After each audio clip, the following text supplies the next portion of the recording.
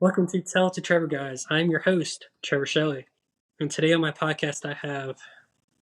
Hello, I am the VTW YouTube champion, current VTW YouTube champion, Xstatic. Um, Also, other aliases known as Sterling Papa Giorgio, uh, local indie wrestler around the North Carolina Piedmont region. Great to be here. Very excited to talk to you, Trevor. Yep. So, what sparked your interest in the professional wrestling industry? Well, I'll try not to go on a big rant about this. It started about the same as everybody else. I was a little kid, and I had a friend who also wrestles with me in VTW, Zach Daniels, and we were both really into Star Wars. We love Star Wars. I still love Star Wars. I think it's so cool. And one day, I had seen wrestling on TV. I didn't really understand it. I was really young.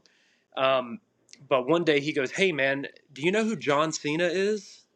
And I was like, no, I don't know who John Cena is. And on that day, I was exposed to professional wrestling for the first time broadly in my life, and yeah, I've that was really kind of what took me on for years. I was less Star Wars toys, more action figures, you know. So, I bring up this story a whole lot on my show, on the recent episodes.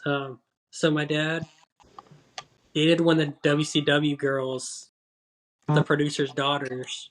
Mhm. Um, so he got to go to like all the WCW shows backstage and everything. Yep. So his favorite story he tells me every time, or anybody that's a wrestling person that comes over to the house. Yeah, I went to the bar with Ric Flair. We walk in. He'll say around for everybody, and I always pick on my dad. And I said, it really sucks because you were underage at the time to get a free drink from Ric Flair. Yeah, true that. True that. That would have been an amazing thing to say before you die, you know. Yeah, so I tell my dad, I was like, you got to find Ric Flair one day somewhere, wherever he's wherever he's at, because he's not from Charlotte. Mhm. Well, I I mean, yeah, well, like you never know when that guy's going to be. right. He seems to pop up. He's like one of these bluegrass legends we have in North Carolina. He just pops up. You know what I mean? You'll be doing the worst thing you could ever do. You could be like screaming at somebody, and suddenly Ric Flair will probably appear. You know, Yeah, somehow. I might need to do that tomorrow. Let's see if that happens. There you go. Just be in the middle of work, just like yeah, yeah, and then just yeah, Flair will just walk in. Well, I'm hoping that like he listens to the show and everything, so then he can be like, okay, so I need to like talk to this dude. Dude, if you could get Ric Flair on, you could probably get anybody on. All right, Right. Yeah, that's absolutely true. Who were your wrestling mentors growing up? Mentors, as in you mean like the people that helped me learn to wrestle, or the people that I watched, like my influences? You're the ones that you idolized as a kid. Oh man, there's a lot. Okay, there was a lot to name. I think my favorites when I was a kid: Jeff Hardy, John Cena, Edge, Okay. uh, Orton. You know, a lot of the big names from back then. Yeah, Taker, obviously, Undertaker, Kane. You know, even Carlito. My mom loved Carlito, so we would watch Carlito for sure. Yeah. You know, um, but when I was a kid, that was about that. I found ECW too, like Rob Van Dam. I've always loved Rob Van Dam, and a lot of the ECW stuff too. I remember I was working a job, um, and I was like a busboy at the time. So I was, cleaning up the tables, and I get a radio ping from one of my supervisors, Hmm. and they said, "Hey, do you know who this guy is?" And I'm like peeking through the wall, like around the corner, and I'm like, "Yeah, I know that guy. He's Jeff Hardy." So we walk in, and it cracks me up. He walks over to the bar, and I was like, "Hey, are you Jeff Hardy?" Like just trying to be polite and not be Hmm. rude about it. And he's like, "Yeah." I was like, could we get a photo like after we closed and everything? And I was like, okay. Well, no, he said okay, and then we got our photo, and then I asked if I can get him doing the Willow voice out in the parking lot. So we did that at like 11 o'clock at night, and all you could hear is some like sirens going on after he did that. And I was like, I think that's our cue to go back inside. That's awesome, man. I've never I had opportunities to meet Jeff Hardy, and I never went. I went to Raw as a little kid, and he was Yeah. supposed to be there. But the Raw the week before, he jumped off of the Titantron onto Randy Orton. Yes. He did the swanton off that, and so I guess like we were. It was in Fayetteville, right? Like Yeah. that's where Raw was, and I met like everybody but Jeff Hardy, and I was so bummed. Um, but I got to meet John Cena, so I was happy about that. Okay. You know? That's better. I wouldn't go there. Not, I mean, he was very nice, very very cool Yeah. guy. But Um. But it also cracked me up because the next day, because it was my day off, my friend's dad texted me. He's like, "Hey, Jeff's wondering if you're gonna come in and say goodbye to him before he hits the road." And I was like, "No, it's my day off. I'm not driving to Concord." I was you like, blew off Jeff Hardy. "Okay, but okay, I'm gonna put it this way. He gave me his phone number when he was drunk, so So it has its trade-offs." yeah, that's a wild story, man. That's a wild story. You blew off a former WWE World Heavyweight Champion. You were Right. you were just like, it's my day off. I'm not. It's just Jeff Hardy. Well, see, I worked 2 weeks straight before that day off. So I was like, I'm not going anywhere. This is my day off. I texted every boss there and I said, don't text me. I don't care. They're like, what if your best friend wants to say goodbye to you? And I was like, I work with my best friend. What do you mean my best friend wants to say goodbye? They're like, Jeff wants to say goodbye. And I was like, just call him up. They're like, okay. They Dude, call him they up. He was they like, were just trying to rib you to come in. They didn't. right. Even Jeff told me, he was like, hey, don't come in. And I was like, oh, I'm not coming in. I literally texted him, hey, my car's smoking up. I can't come in. Dude, Reality, not because I just got my car brand new that year, too. dude, So, that is wild. Yeah, that's an insane story, man. That's really something. and then, do you remember when AML had their show with Jeff Hardy at? I believe so. Yeah. So, I went up to him at the show, and his security guy goes like, "Hey, you got to be in line to buy something." And I was like, "Jeff knows who I am." So I walked up to Jeff, and I was like, "You remember me?" And he was like, "I remember you by heart, dude." And I was like, "Oh," I was like, "In a good way." And he's like, "No, we had fun that night." I was like, "You mean that you're drinking, and we just had conversations about your career?" I was like, "Yeah, totally." Dude, it's because you blew him off. He was like I've never had some Blow me kid. off. You know what I'm, dude. That that would be what I hope Jeff Hardy watches this. Okay, Yes. and he sees it and he's like, that's the kid that blew. You and him might have heat, dude. He might. I mean, who knows? You know. Look, I got heat with Willow just because as a kid I did not like Willow. So I got to see Willow wrestle in person, and the whole time my buddy filmed it, and all you can see is me just shaking my head at him like, no. I was like, this guy that says he's a demon? No. I was like, I'm not even a Well, wrestler, but I'll come into wrestling just to beat Willow. Willow is a really important milestone Yeah. in the Hardys, though. You know, coming from Omega, and yeah, I thought Willow was fascinating. It was weird to watch Jeff Hardy not be Jeff Right. Hardy, you know, Right. but I mean, still, it was definitely. He's always been very interesting with anything that he's done. That's the one thing I've always liked about Jeff Hardy. You know, he tries to be different. You know, My but favorite character he did was Itchweed, if you remember that character.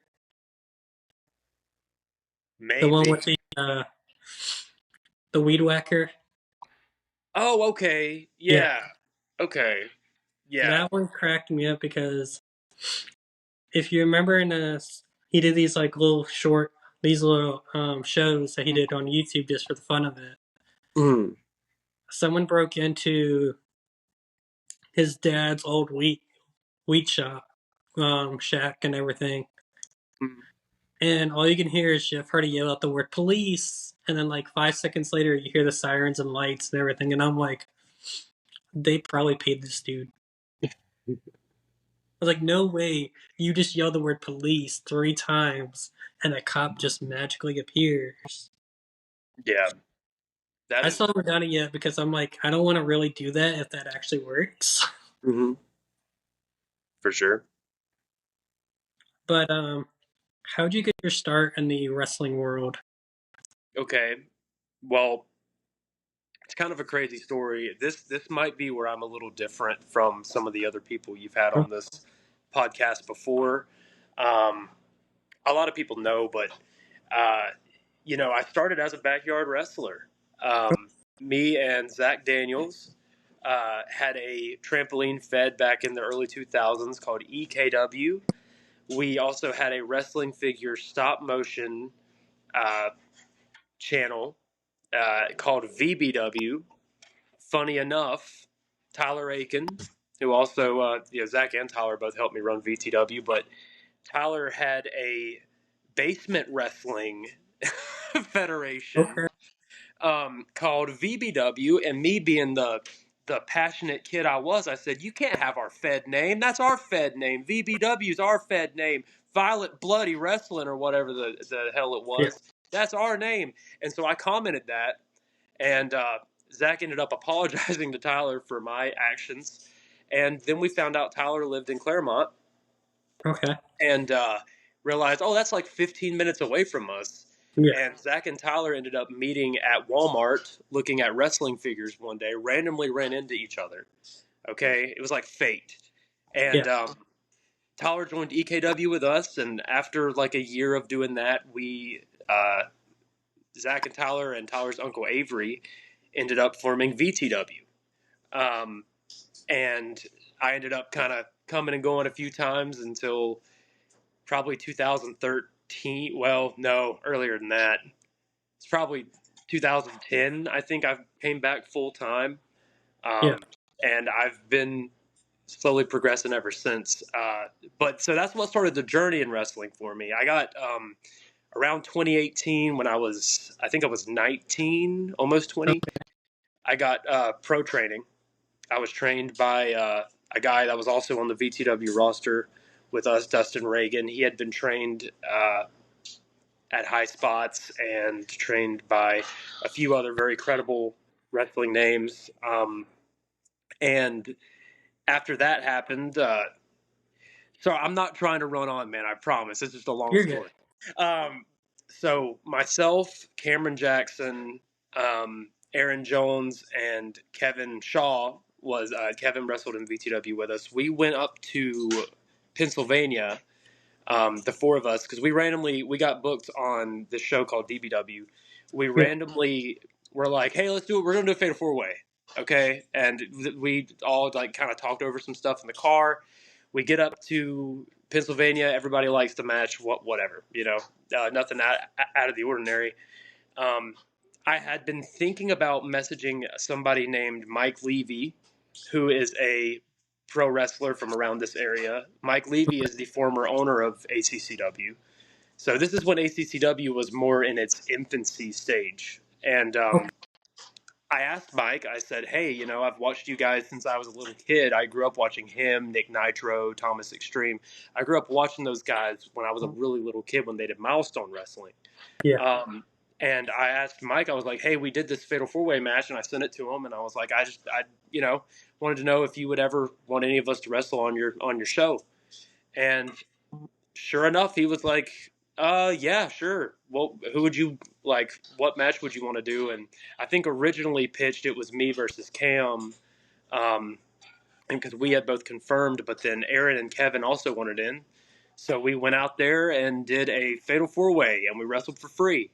And it was we went way over the time limit we were supposed to go, but the crowd liked it. Yeah.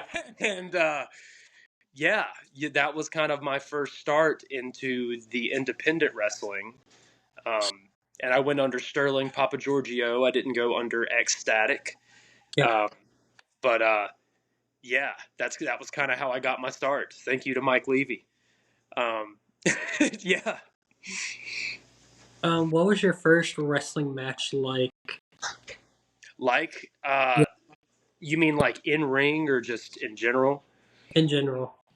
Um, you know, the first my first wrestling match, believe it or not. So I had childish backyard wrestling heat with another now professional wrestler. His name's Ellis Taylor.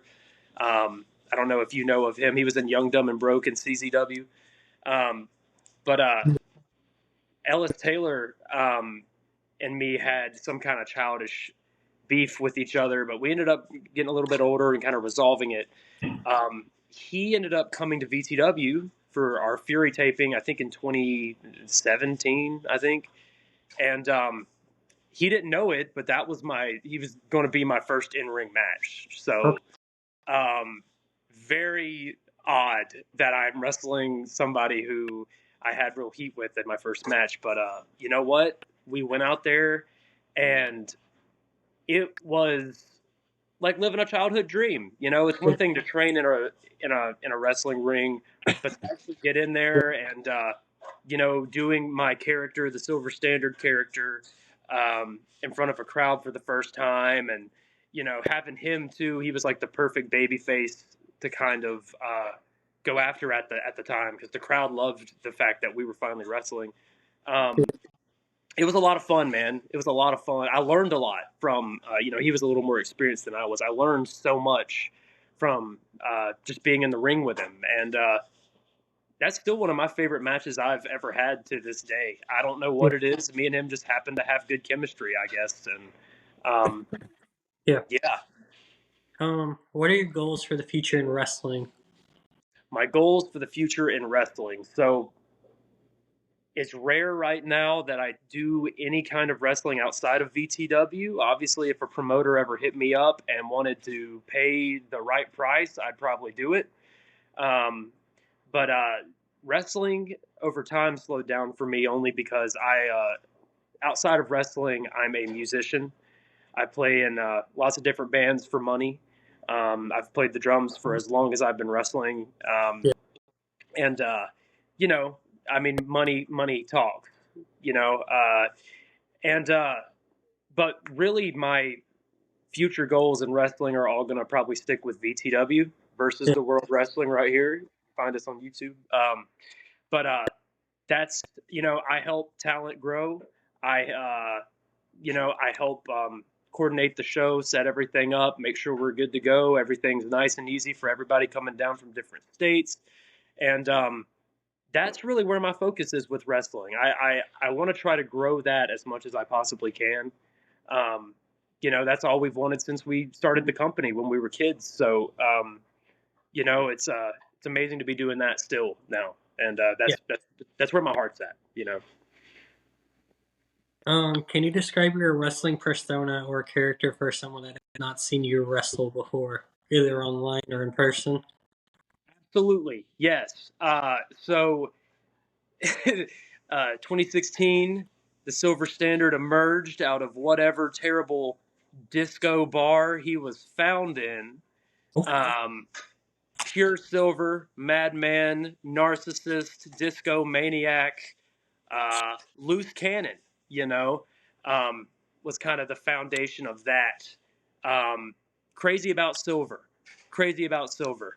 Um, Loves to get dangerous, loves to use his body as a weapon yeah. to perhaps get ahead of his opponent. Um, but nowadays, definitely a lot more dialed back, a lot more of a wrestler, of a people's champion. Um, so that's about the best way I can describe it without people seeing it. But uh, yeah, it's it's taken a lot of different lives over the span of however many years, for sure. Yeah. Um, can you share a memorable moment from your wrestling career? Um, I have lots of them, lots and lots and lots of them. You know, I think one of the coolest moments, and I've never really talked about this anywhere else either, but I was wrestling at ACCW, and I remember I was booked against Mike Levy. I think it was a number one contendership for maybe the Apple City title, or maybe it was a match for the world. It's been a while since I've done a lot of wrestling since then. Um, but I remember like just wrestling Mike, somebody I had watched at a young age, and he wasn't John Cena or The Undertaker or something, but he Yeah, was somebody who I watched locally. Like him, guys like him and Thomas Extreme, like those are the guys etched into my memory, ever since I was a little boy. And being able to like be in the ring with him was almost like wrestling one of my heroes in an odd way, yeah, even though, yeah, in a weird way. But I just remember, yeah, getting to he picked me up for I think like a GTS or something, and I rolled him right up, and that was one of the biggest wins of my indie career to that point. And I just remember just the crowd just being hot. They loved, and Mike had put me through hell, man. I remember I had done a lot of moves during that match I had never done, and bumps too. I remember I was on the top rope, and I remember he was like, "I'm gonna sweep your leg," and I was like, "What?" And I just remember, dude, he swept my leg out from under me, and I took a bump on the top rope and just went boing, bow, and I was like, I didn't get hurt, but it was just so quick and like crazy that like I yeah, had never tried that. yeah. Um, but yeah, man, it was a really great moment. And I've been fortunate to be able to do that over the span of my career. You know, Can you describe the feeling of winning your first championship? absolutely. I've won a few. Never any outside of VTW, which is I'm fine with that. Doesn't really bother me. I've been put up against a lot of champions on the indies and things.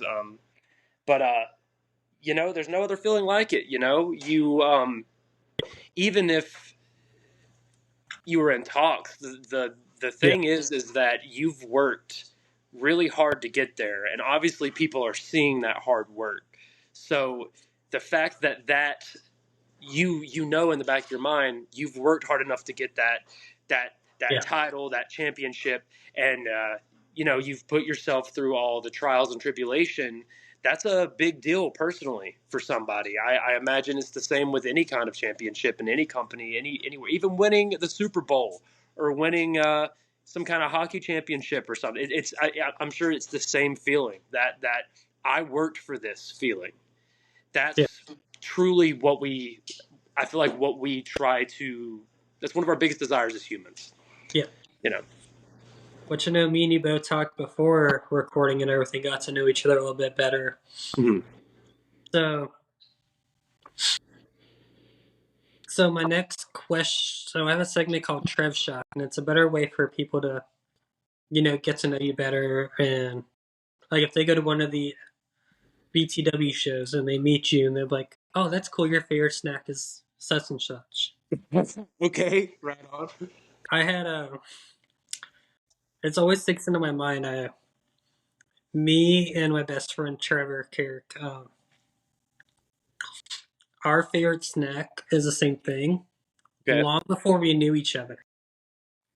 got you. So if you go to like hockey games, kids will bring like posters with like candy and say, "Can I have your hockey stick for a bag of candy?" And I'm like thinking, all I gotta do is just go ask my buddy, "Hey, can I have one of your hockey sticks?" Mhm. And I'm like, all I gotta do is like become best friends with these guys, like hockey players, especially like if people want to, have these connections. They get into the pros and they can be like, "Yeah, I remember Trevor Shelley, this guy, this little kid, always shows up, and every time we meet each other, we always take a photo with each other." Mhm. Which, me and Trevor, we do that a whole lot. We, take pictures a whole lot. Like we'll see each other. Hey man, you want to get an updated photo? And he'd be like, you know how many photos we got of each other since 2016? And I said, that's the one thing we bond about. Like I have his card before he got drafted to the NHL framed Oh, up in my room, and I was like, I need this signed by him. mhm. And I would text him, I'm like, hey, stop ducking me. And he'd be like, we see each other like almost every almost every week, Yeah. almost twice a week. And I go to him, I was like, yeah. So last time I went and I actually brought the card in, I told security and head advance, like, hey, I got this card, I'm going to get signed by him after the game. And he just like left, and I was like, I get it, you just lost, but Hmm. I promised I was bringing the card, and he left. So it's almost like I kind of felt butthurt there because our friendship. Sure. Yeah. Well, but those are the people though that Yeah, you have to cherish. yeah, That's something as in any kind of entertainment business, because it all. I mean, they all may be doing different things, but the right, reality is it's all basically the same thing. Um, whether I'm playing music or I'm wrestling, if somebody comes up to me and they're like, "Hey, man, like." Uh, they want to have some kind of interaction with me, have a connection with me. yeah, That it's very, very important. right, Some of these people may remember that for the rest of your life. Let's say, I mean, this is really hypothetical here, but let's say that you've lost everything. yeah, Everything's gone wrong. Your wife divorced you. You're yeah, freaking, you're bad on your luck. Um, you see that person in public, do you want them to go, "Oh, that's that douche I met at that wrestling show. Yeah, he was big headed. He was a terrible human being. I don't want to be around him." No, that's not what you want them to say. You want them to right, say, "Wait a minute, that's so and so. Oh my gosh, it's been years. I'm going to give this guy $1 million." You never know when it could happen to you. Very, right. very, very hypothetical again. But hey, It's also like for me, like I have some fans that are like in my town and everything, hmm and they'll notice me at my job, and they'll be like, "Hey, we loved your new episode," and I'm like thinking, I'm like, okay, like I'll even see them at church and everything. They'll be like, "Hey, great episode." I'm like, "Hey, thanks," and they're like, "So are you just you, or are you Trevor?" And I was like, "Guys, I don't want to be mean or anything, but Trevor is me." yeah, right on. I apply for my jobs under my email. I have my Snapchat name as Trevor Shelley and everything. Like people at work, they're like, you're not Trevor here. And I said, you can go tell the fans that show up every day to get a coffee and say that I'm not Trevor. They're gonna be like, no, that's Trevor. Yeah, Like even at right on. church, I just said, hey, yeah, I run a podcast called Tell to Trevor. Mhm. And they're like, from now on, your name is Trevor. And I'm like, whatever. Hey, if it sticks, it sticks, man. You're I right. mean, dude, a lot of people call me X. They've never even met me. They show up to a show or something. They're like, "Yo, X, what's up?" I just take it. They Right. don't know my real name or anything. So, or actually, no, X is my real name for those watching. Yeah, Yes. I was born with the name Xstatic. Yeah. All right. So I have a segment called Trev Shock. It is my favorite little segment. If you're like in a meeting and everything, hmm it's those round robin questions, the rapid fires. Okay, okay. So mine, you have 6 questions and you got 50 seconds to answer them. Oh God. Okay. They're their most easiest, simplest questions. I'll try to turn the wheels for you, man. All right. All right. I'll start the timer after I finish reading the first question. Um, favorite pre-show snack? Pre-show snack is got to be either Skittles or a protein bar. Favorite song?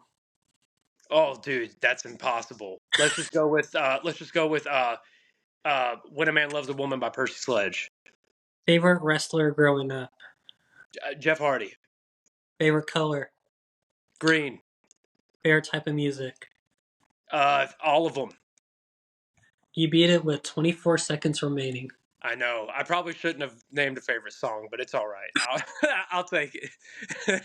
For all the viewers, here's your proof that he beat it with 24 seconds.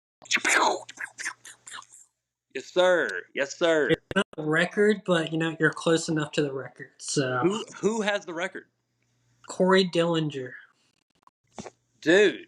from GTS, he beat it with 35 seconds remaining. Dude, that guy's insane, man. That's 35 seconds. Mm-hmm. I'm Man, waiting until someone just like rapid fires answer them like just right away to the point where I'm like, I didn't even start the timer. that But I'm like, that's not gonna happen because I'd have to talk like a one of the auction people. yeah, yeah, yeah, yeah, Uh, man. what are the biggest challenges of being a professional wrestler outside of the ring? Um, well, it's going to all with any entertainment. It's the same thing, you know. Anybody who knows my girlfriend, I work all week, right? And Yeah, then let's say I'm wrestling on the weekends or I'm playing music on the weekends. I'm not home. yeah, And it doesn't matter if it's 3 hours away, 45 minutes away. The reality is I'm not there. yeah, I'm coming home at 3 a.m. Start playing at or wrestling because I mean, most wrestlers you got to set up the ring, you got to do all that, yeah, right? You don't get home till 1 or 2 a.m. Like it's just the bottom line, and then you're sore the next day, most of the time.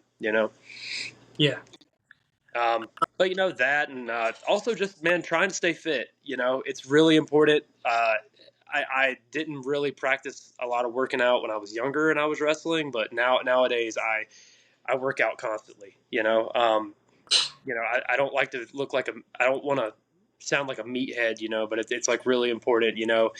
Eat yeah. your protein, take your vitamins, make sure you're not sick, make sure you're taking care of your physical health. That's a really big deal. Now I remember you were talking to me before we started recording. You said you met Yankee TDM. Yeah. Oh yeah. Yeah.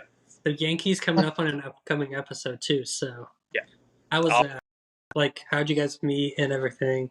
So Yankee originally was from a company in Newburgh, New York, called.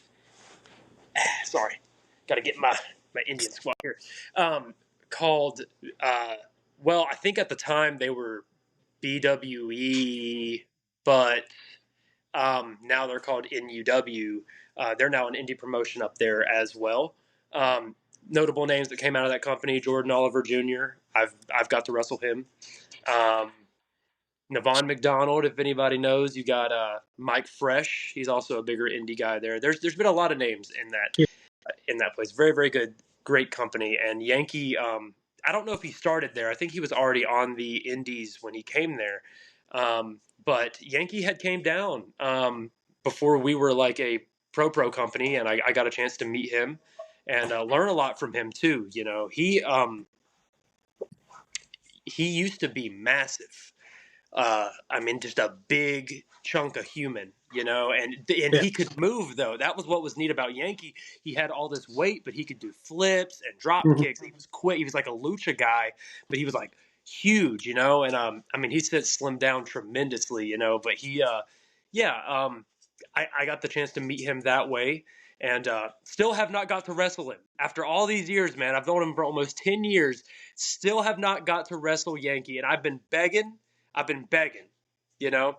Um, What it sounds like is you need to book him on VTW. yeah, that's he was on last October for our Halloween show. Uh, Okay. we every match was in a steel cage, so we did. Yankee wrestled our guy D-Lock that's on our roster, the Outlaw versus the Difference Maker, and they had a fantastic match. It was really really good to see him too. But yeah, that's the last time I have seen Yankee. Um, but we Snapchat every now and again stuff. I remember me and him were talking because we have had to reschedule his interview like a couple times now. So, for me and him, like when we talk, I always like bring up that like, hey, you're my favorite wrestler when I was watching DTS a long time ago. back Yeah, when yeah. East in. Mhm. They had FA Rojo, which we all know was under that mask. Yeah. Um, or even when they had the red van as a wrestler, if you remember that. Yeah. Oh yeah. That one cracks me up because, like, because I usually go back and watch wrestling the days I record these shows, Mhm. these interviews. So, because I'm normally like a big basketball fan or a hockey fan or football or Mhm. whatever's on, For because I have sure. buddies that like, you know, that do NASCAR. I've met lots of NASCAR drivers that don't even race anymore. Like I met Dale Earnhardt Jr. Hmm.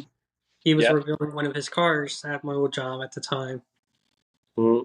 blocked off the entrance and everything. They brought out two NASCARs and revealed them, and he was like, "Yeah, I'm gonna sign autographs afterwards." So we just like closed the store for a bit, Hmm. just for him and his daughter, just to go around shopping. That's awesome, man. Yeah, that's cool that they would do that for him, though. You know, people go wild over their NASCAR around here, man. People love the NASCAR, the left turn, baby. That left turn, people love it. You know. Oh yes, they do. I know that for a fact. As much as I got like, um, I have the Earnhardt, not Earnhardt's. I'm good friends with Austin Dillon. I run into him once here and there, Hmm. and I remember a friend telling me he's like, "Do you remember watching him as like a when he did the summer shootouts at the Bojangles, not Bojangles, Charlotte Motorway Speedway? If you remember those." Yeah, I've been to the Charlotte Motor Speedway. I don't. Which shows were they? I'm sorry. So they were like the Bojangles summer shootouts. They were called. They I, would I have remember like seeing them advertised and hearing it on like 99.7. You know, yeah. um, I never went to one though. I went to one, and just because I had a crush on one of the drivers, not gonna say any names, so then she can't figure it out who it is. Oh No one man, can figure. it ain't Um, Danica, is it? huh? It ain't Danica, is it? No, No. Oh. Okay. but one night I was there just going around and getting autographs and everything at a 18-year-old,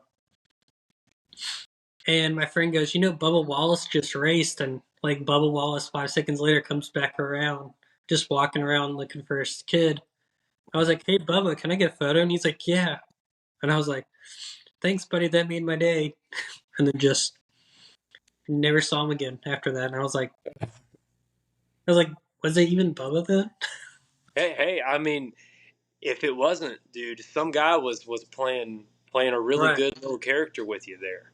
You know? Yeah. Oh yeah. So, how do you feel about the business side of wrestling and the role of promotions and shaping the storylines? Um. Well, you know, the wrestling business has changed a lot over the past like 10 years. Yeah. Um. It's all really anything with the entertainment business is really strange, man. You know, a lot of people don't talk about the fact that like you are your product, like you are your own manager, CEO, like you the performer are. Same thing in music. You know, I have a booking fee there. I have a booking fee with wrestling. You know, it's the same stuff. It's a um, interesting business to say the least. Yeah. You know, one thing I wish I saw more in indie wrestling is storylines. Um, that's one reason a lot of us focus more on like VTW is because with our online show, we get to tell genuine, long, drawn out stories like you see on TV. You know, it's hard to do that in the 15 minutes you got on an indie show. Not a lot of I mean, they'll have storylines, you know, um, but you know, it's hard to build a giant feud like that and keep people invested because it's different people that comes to the shows. You know, Yeah. um, but I wish there was more of that on the independent scene. You know, I yeah, it's a really weird business for sure. And like, I definitely pull for younger wrestlers to listen and make sure that if you're going to be in the business and you're going to put yourself through it, like you need to make sure that you are always knowing your worth is so important. I worked for free, okay, when I was 19, Yeah. and I was taking way too much punishment. I was, I was inexperienced at the time. I mean, granted, yeah, but at the same time, I I could put on a match. I could perform, you know, and if I would have known my worth then, you know, I would have made money on those shows. I never asked. I never thought to ask. I didn't know anybody else was getting paid, you know, and that was my inexperience. So the last time I was part of an indie fed uh, Redemption Championship Wrestling or Yeah. RCR, um, you know, I made sure I came into that being. I don't want to use the term veteran because I'm not some kind of tenured 15-year, been through it all, you know, kind of guy. But I knew my worth. I knew my worth, and I knew what I was going to do out there. I knew how to put on a professional product. You know, um, so I want more guys getting into the business to really understand that. You know, I don't want to see anybody get the short end of the straw. You know, draw the short straw. I don't want to see that happen to anybody. I want to see people being able to thrive rather than suffer. You know, I've seen a lot of guys suffer, and I've seen older guys too. You know, even get in to their older age. You know, 50, 60 years old. I mean, if you call that old in a wrestling mindset, I mean that's pretty old. You know, but they're Yeah. still around here working for, you know, scraps. You know, when those guys should be getting compensated way above what I'm getting paid. You know, Right. but yeah, and that's just my 2 cents. You know, uh, I'm not Paul Heyman or Dave Meltzer, so you know, take what I say with a grain of salt. But I mean, that's just my opinion, I Yeah. guess. If you could wrestle any legendary wrestler from the past, who would it be and why? Paul London. Okay, and why? Okay, Paul London is another one of my heroes, and Paul London, wrestling wise, always drew me in with his crazy bumps and his just insaneness, man. He was just crazy. I mean, I I've always wanted to wrestle Paul London. I don't know what it is. I've just from watching his stuff on Velocity to even when he was in a tag team with Brian Kendrick, you know, all those years. That was a big part of my childhood. I loved that tag team, you know, and yeah, his style of wrestling is what I like to, uh, you know, try and perform myself in my own way. Um, so he's definitely somebody I think would be super fun to get in the ring with. Him or like Jeff Hardy or Steve Corino, one of them. But yeah, Yeah. Paul's the most realistic one, I think. Yeah. And Colby Carino. Before he's a interesting guy that because I was walking around WrestleCade and they had him in the corner between like all the TNA stars and everything when they had their Hmm. show. Hmm. And I was like, you know what? I'm going to talk to this guy. You know, I watched Colby Carino on NWA, Yeah. Hmm. so I talked to him, and we just bonded. And right now, I'm still in talks with his agent about getting him on here. Wow. Yeah. Yeah, but I was like, you know what? I'll just wait because I don't know if they were told him or anything because it's Hmm. been roughly almost a month since I got a response. Got you. So I was like, I'll just wait until I see Colby Carino in the near me, and I'll Sure. Mhm. get him on the podcast. Well, dude, I've watched Colby live a chunk of times. Colby's a fantastic wrestler. Um, and I mean, if you're Steve Carino's son, I would hope you are. You know, Right. um, Steve's at the top of my list. Greatest wrestling heels, just awesome, amazing performer. Colby's an amazing performer too. Right.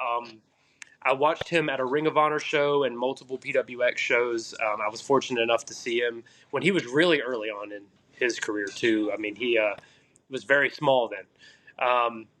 I watched Damian Priest accidentally like Kobe jumped off the apron to do like a hurricanrana onto Damian Priest, and when he was punishment Martinez, and I Yeah. remember, yeah, dude, like I don't know if he flipped or what happened, but yeah, he almost like decapitated Colby Carino. I used to have a slow motion video of it on one of my old phones, but no, the Yeah. match was great. I also watched Colby get hurt again at PWX. He did a suicide dive out of the ring, and he landed on some chairs and like broke a rib or something, um, right in front of us. You know, like Dang. I was very concerned for his health. He was with the Ugly Ducklings at that time. They were in some kind of three-way Okay. match against the Carnies, I think, or um, I forget the team. But yeah, that was a really good show, though. But yeah, Colby's he has a really interesting story. I think that'd be a great person to have on for sure. Yeah. If you could attend a wrestling seminar session with any wrestler, who would you pick? Um, wow, that's actually a really hard question. Um, probably, I mean, if I had to pick, probably like Matt Hardy. I've learned from a lot of seminars too. Seminars are really great. Um, maybe Matt Hardy, maybe even Steve Carino. You know, that there's so much knowledge in wrestling, and you never stop learning. You know, same thing with music too. You know, you never stop learning. I think really, I'm so humble to the veterans that definitely come before me. You know, I'd be willing to learn from about anybody. You know, Yeah. but yeah, like you know, John Cena, Jeff Hardy, Steve Carino, or Yeah. Paul London. Yeah. You know? If you could have a wrestling legend as your mentor, who would you choose? Oh man, dude, these are really hard questions. I don't think about this stuff. Mentor, probably like, man, it would have to be somebody like really, um, Randy Savage Okay. or Ricky Steamboat. Yeah, yeah, one of those guys for sure. Or Wahoo McDaniel. Yeah. I remember so I was over at back to WrestleCade. I was at a table. I don't remember who, but I took my friend that's never been to like a wrestling show or a convention with wrestlers. And we're just walking around and he's like, "That's Ricky Steamboat." And I'm like, "For a guy that's never seen wrestling, you know who this guy is?" That He's like, says "Well, something, man. he's like, he has a giant banner right behind him that says his name." And I was like, "We've walked past lots of wrestlers that were like WWE Hall of Famers, and you Mhm. remember this guy?" Dude, Or but like see, dude, that's Foley, Lex don't. Luger, Sting, Ric Mhm. Flair. But see, that says something right there. If you Right, can make non wrestling fans, if they know who you are, then you've done an amazing job as a wrestler, as your own business. You know, I mean, Ricky was he was the good guy right, in the Mid Atlantic territory. He was the guy to watch. You know, um, I went back and watched a lot of that stuff, and just watching him wrestle, you can learn so much. Yeah, he's one of the greatest, one of the goats for sure. right.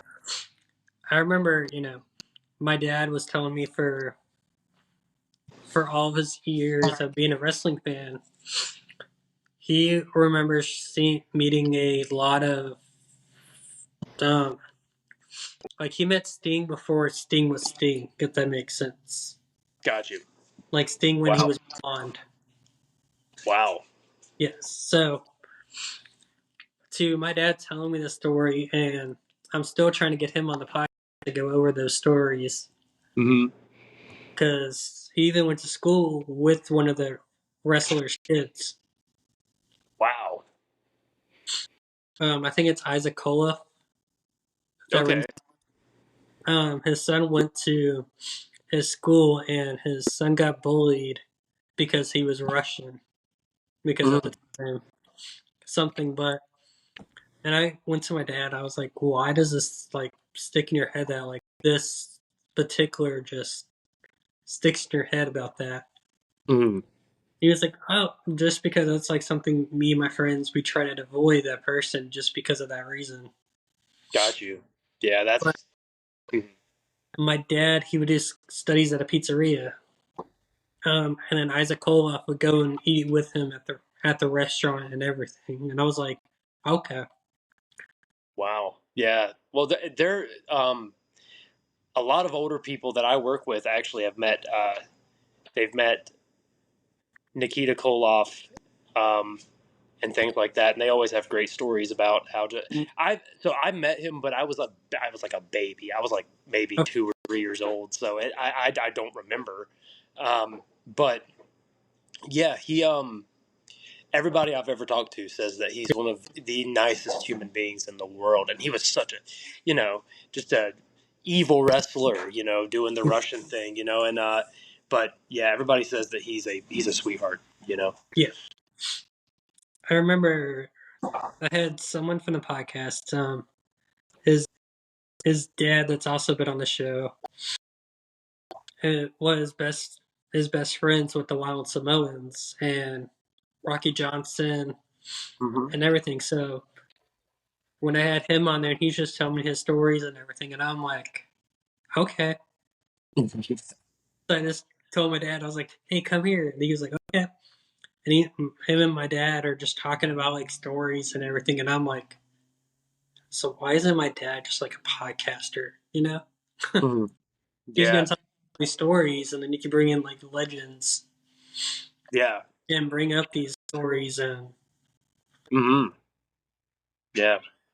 yeah. Um, what advice would you give to an aspiring wrestler? Okay. Um, listen, listen, and make sure to be a sponge and learn from everyone.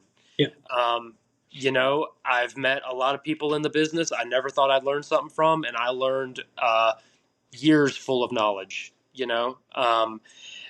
It's so important to listen. Before I got into independent wrestling. yeah, Obviously, I knew Jordan Oliver Jr. I knew Fuego del Sol. I knew AK-47, who's best friends with Fuego del Sol. Um, and AK, I remember we were on a way. We were wrestling in New York, and I remember AK told me, he said, "Man, like," and he, all right. Also, just a little funny story about this guy. He liked to spout off random stuff. Like okay, I remember, we were in a hotel room in New York, I think in Newburgh, in like a Super 8 or something, and these people upstairs were making so much noise. I don't know if they were stomping on the ground or something, and flat out, without hesitation, this man, I mean, he has not said a word. He's just been sitting there on the bed the whole time like this, without hesitation, goes, "Hey, Bigfoot!" And you just hear nothing. And I was like, you can do that? Like, you can talk to people like that? But, sorry. Anyways, but, AK, he'd been quiet pretty much the whole time. And he said, yeah, man. He said, you don't want to get into this business if you're looking to have friends. He said, this right, isn't the business for that. And that's just the reality. Like I've said before, you're your own business. And, you have to stick up for yourself. It's a dog eat dog game. It really is. Even right, in music, even though you're with five people, it's a dog eat dog game. And that's just the reality with entertainment. And I want people to know though that it is possible. I have right, friends who wrestle on TV.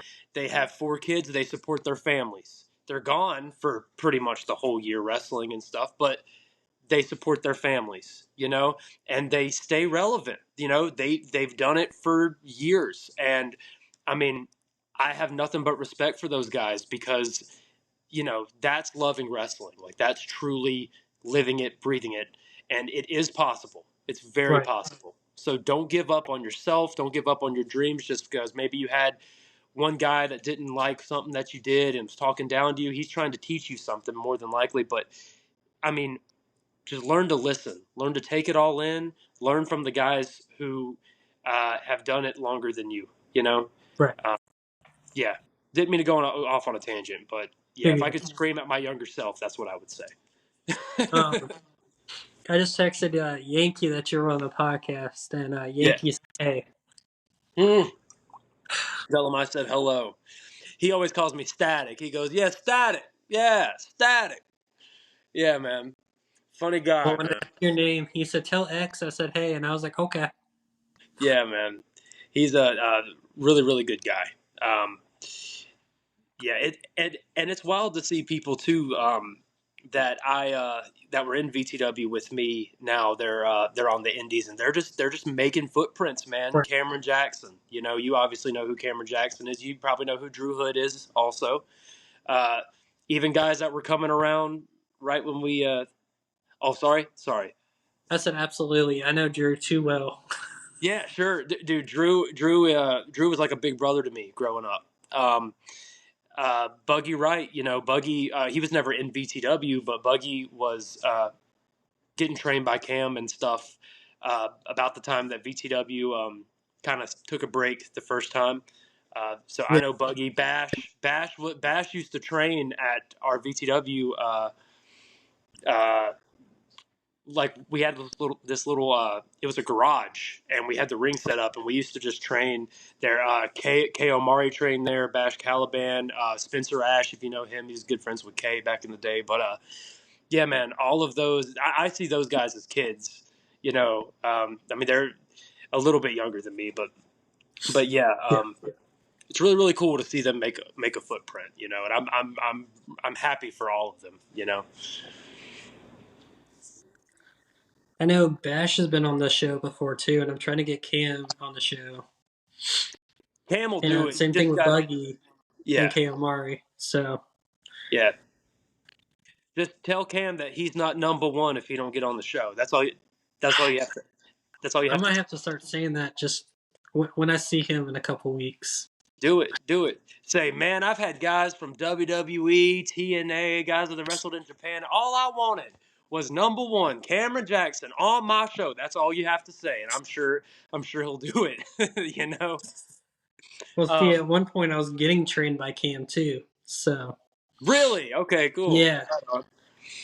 Right on.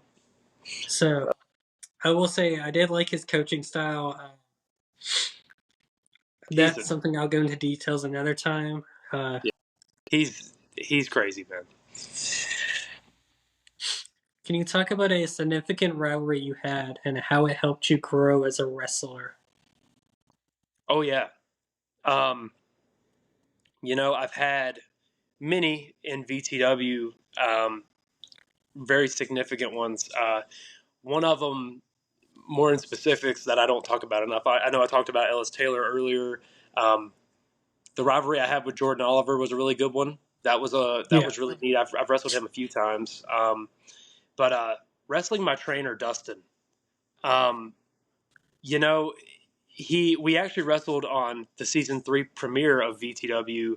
Uh, yeah, last month, and it was crazy to wrestle him now. He hasn't been in the ring in a while, so he was rusty, you know. And yeah. he got like tired halfway through the match, which he used to be he was like cardio king, man. That guy could go for 40 minutes, you know. Um, but the rivalry me and him had back in the day, before I was trained, before any of that happened, Dustin could teach you something so easily, just effortlessly, while also just chopping you so hard that you're bleeding, your chest is bleeding, and you just like it's terrible. But Dustin has always helped me grow as a performer. Always, even if I didn't want to hear what he had to say, you know, he's always helped me. So, very thankful for him and all the work I've got to do with Dustin. Yeah. Let's see. What was it like working with a particular wrestler that you really clicked with in the ring? Um, you know, the the three guys I can name off the top of my head right now that if you put us in a match right now, We just go out there. We don't even rehearse. There's no nothing. Three guys I can do that with, and we will have a flawless match. And well, four. Dustin, who I just talked about, Dustin Reagan, Yeah. Zach Daniels, Aaron Jones, and the Gooba Tyler Aiken. Um, you know, I've been friends with, excluding Dustin, I've been friends with those guys since I was 7 years old. So Okay. we know each other's dirty tricks. We know we know what we want to do. You know what I mean? And anytime we wrestle, you can see that chemistry. Yeah. Um, it's me and Zach were both trained by Dustin, so anytime I get in the ring with Zach, it's like almost wrestling myself at some points. But same thing with Tyler and Aaron. I've wrestled them for so much. It's like second nature. Yeah. Can you describe your training process and what was the most challenging part of learning to wrestle? Um, for me, there was a few things. I had no problem with running the ropes or anything like that. I learned and got a really solid technique down for that fairly quick. Same thing with like banderas and learning to do up and overs and all that kind of stuff. And the grappling part wasn't too hard once I figured out how to, do that stuff. But bumping was a big one that took a lot to get used to. I remember Dustin. The first day we learned how to properly bump and bump with intensity, bump with speed. Um, Dustin, I remember at the end of we had already bumped. I mean, I don't know, I don't remember how many we had taken, but I remember he just looked at me and Zach. He goes, "Okay, I'm gonna let you two bump until one of you can't." And he says, "Whoever bumps the can bump the most and keep going gets dinner."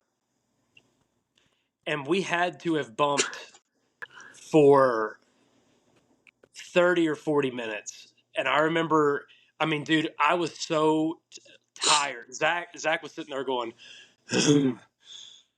I mean, we were just sitting there, bam, we get back up. Bam, I Yeah. mean, just chucking ourselves backwards, practically landing on our head. I mean, we're just sitting there just trying to do it. And man, I somehow won. I was very thankful that Zach just looked at me and he was like, I'm not doing anymore. And I was like, okay. um, but that was I mean, it's taught me. I don't have an issue bumping at all now, so I mean, I guess it ran its course and did what it was supposed to do. um, but yeah, that, and then obviously psychology is the biggest and hardest thing in my opinion to learn in wrestling. um, because like you're wanting to go out there and do a bunch of moves, but it's like if it doesn't make sense, then why even do it? You know, that's another more advice for younger wrestlers. Focus on your psychology. Don't You see cool moves? That's great. Cool moves are awesome. They're fun. Whatever. The sky's the limit as far as what you can do in the ring, but the psychology is just so utterly important. Um, so yeah, that's all I'll say about that. Sorry about that. Yeah. And then what is your favorite gear that you have ever had made? Ooh. That's a hard question. I watched you talk about gear with somebody that was on your Instagram and one of your clips there. Um, I've had a lot of different gear. Uh, it's going to be either between. I have a custom pair of pleather pants that I got. And I also have. I used to wear trunks back in the day, but I got tired of shaving my legs. So I had a custom pair of trunks made also. But probably the trunks. That was the bad guy version of my character, and the trunks just always looked so clean. Anybody that ever saw me wrestle at ACCW, I was always wearing those. So, um, but yeah, the trunks were a big one, and yeah, that's probably my favorite set of gear if I had to put it on, because I can't even fit them now. I've bulked up a little bit since then, so they're like wearing like a thong or something on me now, just about. And then where can they find you on social media? Oh, okay. First thing you could do, subscribe to VTW Wrestling on YouTube. We are usually the first thing that comes up. Sometimes there's like rap music videos. That's not us. But VTW Wrestling on YouTube.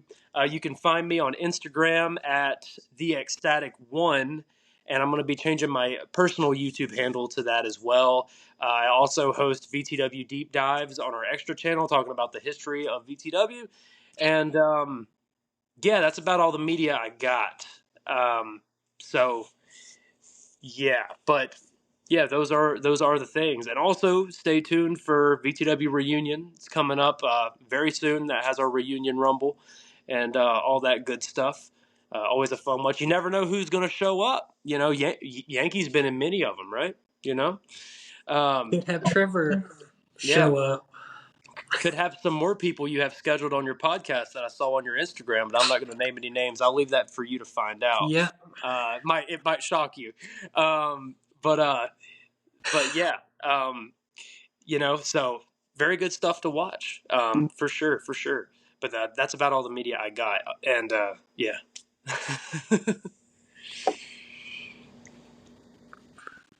And then thank you, X, for being on the podcast today.